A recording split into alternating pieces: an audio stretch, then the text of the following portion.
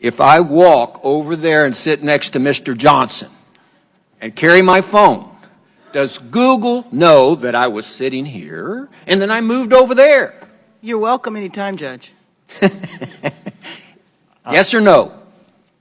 I genuinely don't know without knowing I'm what shocked services. you don't know. Do you or do you not collect identifiers like name, age, and address? Yes or no? If you're creating an account, yes, and using an account, yes. Device identifiers like IP address or IMEI?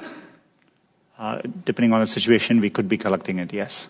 Specific search histories when person types something into a search bar? If you have search history turned on, yes. Contents of emails and Google documents?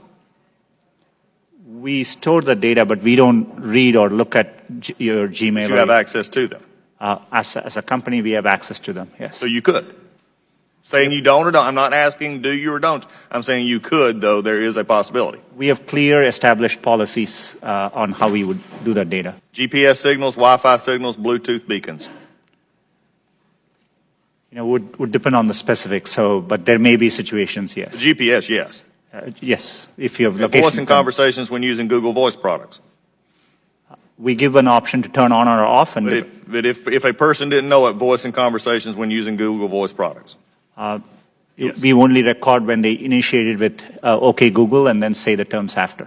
Do you believe that Google has been brought out here in some question is biased?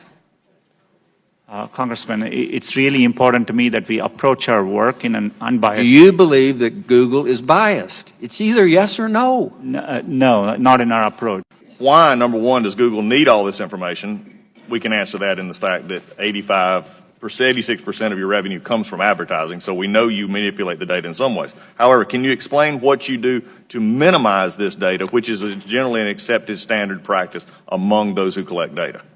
You know, our goal is, but we are providing, for example, if we are providing you a service like Gmail, which we have done for 15 years, that data, we need to store it for our users, so they expect us to.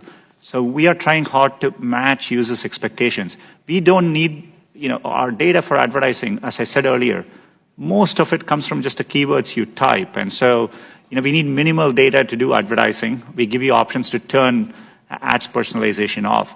We store most of the data we do today to help give users the experience they want, and that's what we're trying to do. How do you explain this apparent bias on Google's part against conservative points of view, against conservative policies? Is it just the algorithm, or is there more happening there? Congressman, I understand the frustration at seeing negative news, and I see it on me, on Google. There are times you can search on Google, and page after page there's negative news which we reflect. But what is important here is we use a robust methodology to reflect what is being said about any given topic at any particular time. And we try to do it objectively using a set of rubrics. It is in our interest to make sure we reflect what's happening out there in the best objective manner possible.